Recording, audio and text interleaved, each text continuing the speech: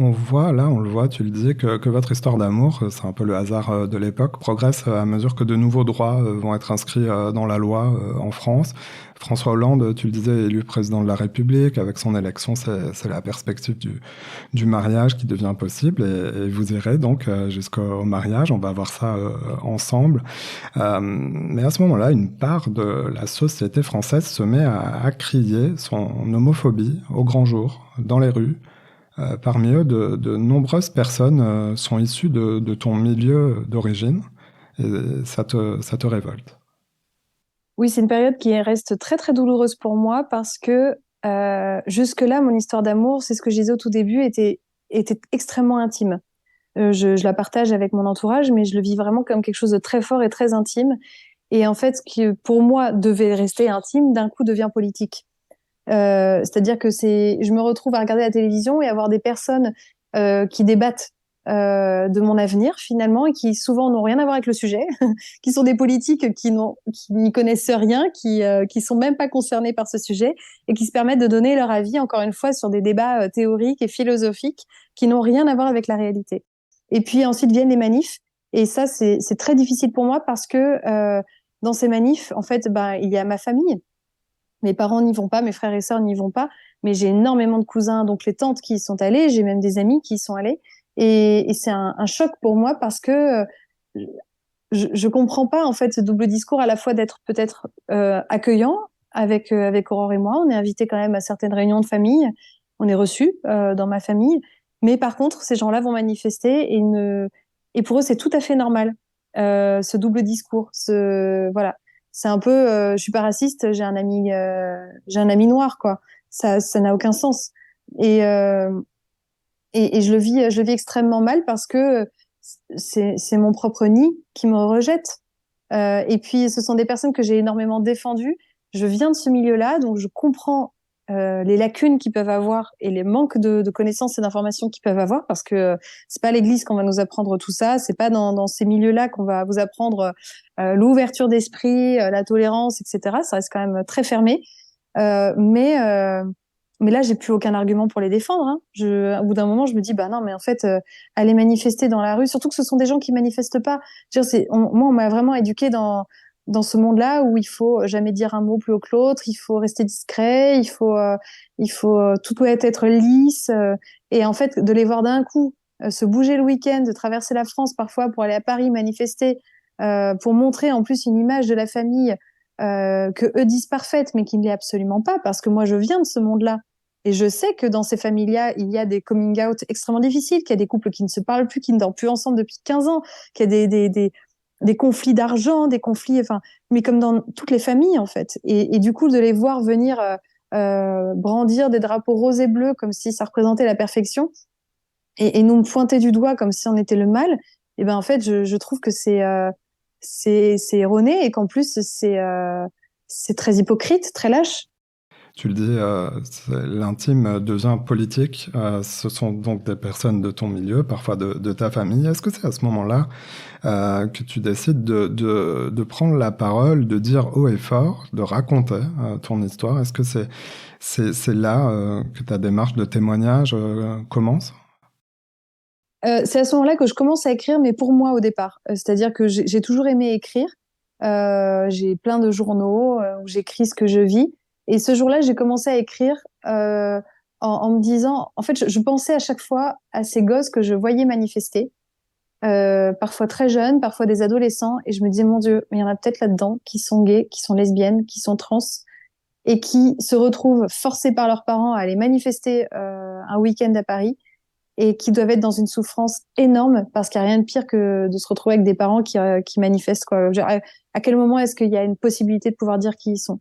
Et je me dis, ces gosses-là, bah, peut-être que il faut leur donner une autre possibilité de voir les choses et peut-être qu'il faut les rassurer sur le fait qu'ils peuvent quand même avoir une vie absolument classique, euh, même si ils sont LGBT. Et du coup, j'écris pour moi en me disant que peut-être qu'un jour ça servira à quelqu'un, je sais pas qui, mais je commence à écrire à ce moment-là. Mais je le publie pas et parce que j'ai besoin de prendre du recul, parce qu'au départ je suis juste blessée. Et surtout que ça s'est étendu dans le temps. Hein. Je veux dire, les manifs, ça a pas duré de week-end. Hein. Pendant 2 ans, il y avait ça. C'était insupportable. Et tu continues d'aller à l'église à ce moment-là et tu vas même jusqu'à quelque part recevoir des tracts alors qui te sont pas destinés personnellement, mais forcément tu lis ces tracts et quel questionnement ça fait naître en toi vis-à-vis de l'église? Au départ, je continue d'aller à l'église tous les dimanches parce que je réfléchis même pas au fait de pas pouvoir y aller. En fait, juste j'y vais un peu par réflexe parce qu'il faut y aller, parce que c'est comme ça qu'on m'a éduquée. Donc je vais à la messe. Et puis en effet, petit à petit, je reçois des tracts. Et puis des discours politiques arrivent dans les homélies des prêtres, c'est-à-dire que ça arrive là où ça n'a pas sa place. Et en fait, à un moment, je me dis, mais est-ce que moi aussi, il faudrait pas que je sois un petit peu plus au clair par rapport à tout ça, au même titre que je leur demande de l'être. Eux, visiblement, n'y arrivent pas, n'arrivent pas à séparer les choses. Mais en fait, moi, je vais essayer de faire un peu le ménage. C'est-à-dire que je peux pas continuer d'aller à l'église, je peux pas continuer de soutenir cette communauté qui me rejette, qui a un discours homophobe, dangereux. Euh, et je me dis, bah non, en fait, je vais arrêter. Je vais prendre mes distances parce qu'en fait, je me sens plus chez moi. Je me sens pas bien. Et c'est à ce moment-là que je décide d'aller à la messe. Euh, J'y vais encore 2 fois par an pour accompagner mes parents et c'est ce que je continue à faire aujourd'hui. Mais je me sens plus appartenir à l'église. Je me sens trop blessée. Et puis même si on me dit oui, mais attends, il y a des prêtres qui sont ouverts sur le sujet, il y a des communautés. Oui, mais enfin, aller fouiller et passer des heures sur Internet à chercher 4 personnes qui vont être d'accord avec moi, je crois pas suffisamment fort en tout ça pour le faire. Voilà. Donc je prends mes distances et ça me fait un bien fou parce que j'ai d'un coup un regard très adulte face à la religion où je réalise qu'en fait ce qui pour moi, je veux dire, l'Église, la Bible disait tout le temps la vérité. C'est-à-dire que si un prêtre disait ça, c'est que c'était forcément ça. Il y avait pas de possibilité qu'il se trompe parce que c'est un prêtre. Et en fait, ce jour-là, je réalise qu'en fait, le prêtre, bah, c'est juste un humain, c'est un homme. Donc, l'Église a été créée par des hommes. C'est une institution gérée par des hommes, hommes avec un grand H et avec un petit H, et qu'en fait, ça représente une société qui n'est plus la mienne, ou qui était une société il y a 2000 ans, en fait.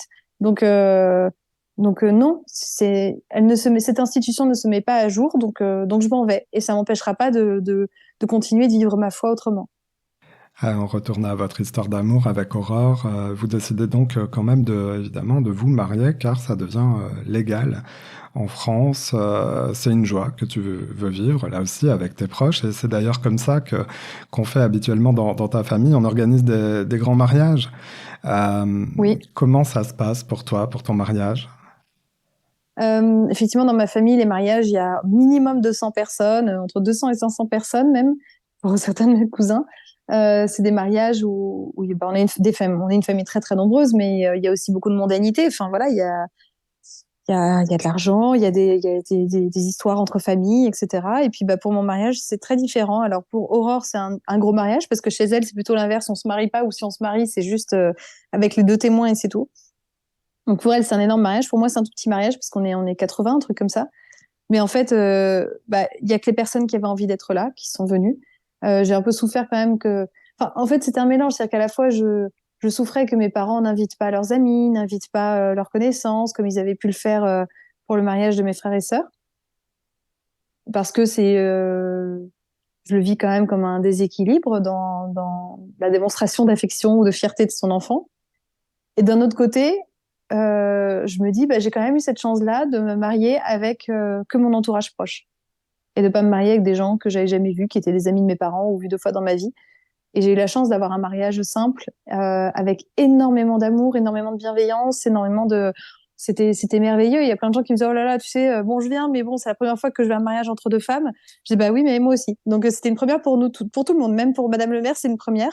Et en fait, j'ai trouvé ça génial que ce soit, on faisait partie quand même des premiers mariages homosexuels et je me dis bah c'était génial de vivre ça tous ensemble pour la première fois et en fait de voir que bah en fait peut-être certains ou certaines ont stressé avant mais que le jour J ils se sont rendu compte que c'était un mariage absolument classique lambda.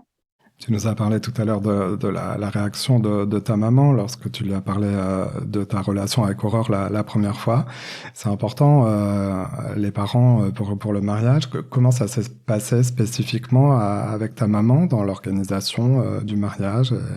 Parce qu'évidemment, tu n'as jamais été rejeté par ta famille, mais c'est une longue histoire d'acceptation quand même. Oui, les choses se sont vraiment faites étape par étape, et ce qui pour moi relevait de l'évidence, ce n'était pas forcément pour mes parents, mon entourage. C'est ce que j'ai appris aussi, à faire preuve d'énormément de patience. En fait, on ne naît pas tous avec les mêmes bagages, avec la même éducation, avec les mêmes peurs, la même histoire.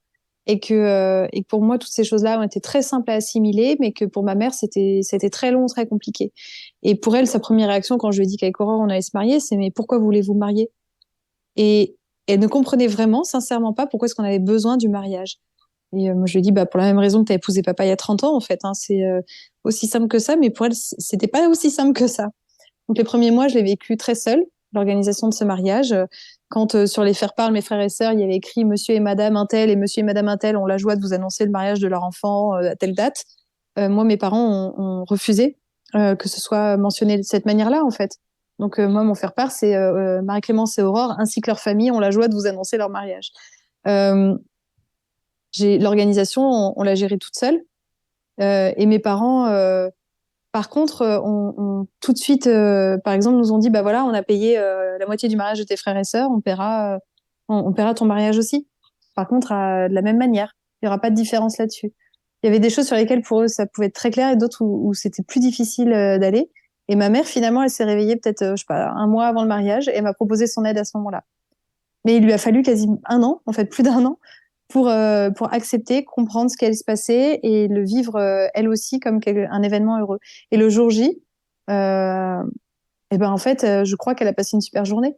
En tout cas, c'est ce qui s'est passé, et c'était un moment très très émouvant, et finalement, je pense que ça a été assez libérateur pour elle, parce que justement, il n'y avait pas tout cet entourage mondain, il n'y avait pas le regard de sa famille, il n'y avait pas de jugement. Et du coup, elle a vécu le moment comme juste un moment de fête où elle a accompagné sa fille dans une étape importante. Ton désir d'enfant, qui est viscéral depuis ton enfance, est intact. Et vous décidez de vous lancer dans une PMA, une procréation médicalement assistée, pour fonder une famille. C'est ton rêve d'enfant. En France, à ce moment-là, on en parle déjà beaucoup, mais ce n'est pas encore légal pour les couples du même sexe, comme on dit. Tu te renseignes, vous décidez que ce sera en Espagne, et c'est toi qui porteras l'enfant.